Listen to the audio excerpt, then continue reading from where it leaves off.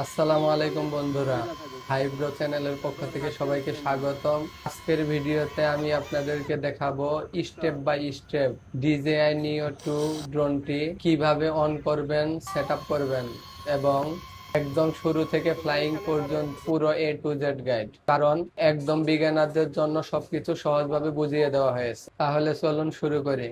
প্রথমে ড্রোনের camera guard খুলে ফেলুন। এরপর ড্রোনটি অন করার জন্য পাওয়ার বাটনে একবার চাপ দিন, তারপর আবার চেপে ধরে রাখুন। তাহলে ড্রোনটি অন হয়ে যাবে। আর অফ করার জন্য একইভাবে একবার চাপ দিয়ে ধরুন, ড্রোনটি বন্ধ হয়ে যাবে।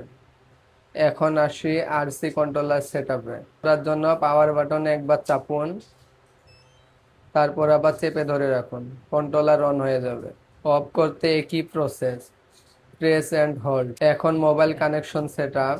কন্ট্রোলারের মোবাইল হোল্ডারটা টেনে উপরে তুলুন, তারপর নিচে থাকা টাইপ সি পোর্ট মোবাইলে কানেক্ট করুন।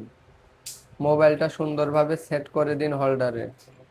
এখন আপনার মোবাইলে ওপেন করুন DJI Fly অ্যাপ।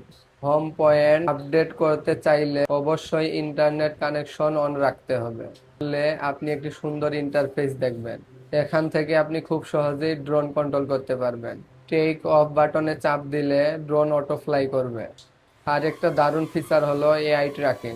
প্লাস আইকনে ক্লিক করলে আপনি যেই সাবজেক্ট সিলেক্ট করবেন, ড্রোন সেটাকে অটো ডিটেক্ট করে ফলো করবে, মানে স্মার্ট ট্র্যাকিং মোড চালু হয়ে যাবে।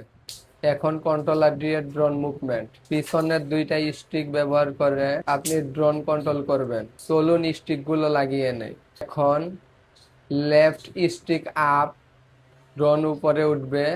লেফট স্টিক ডাউন, ড্রোন নিচে নামবে। লেফট স্টিক লেফট, ড্রোন বামে রোটেট করবে। লেফট স্টিক রাইট, ড্রোন ডানে রোটেট করবে।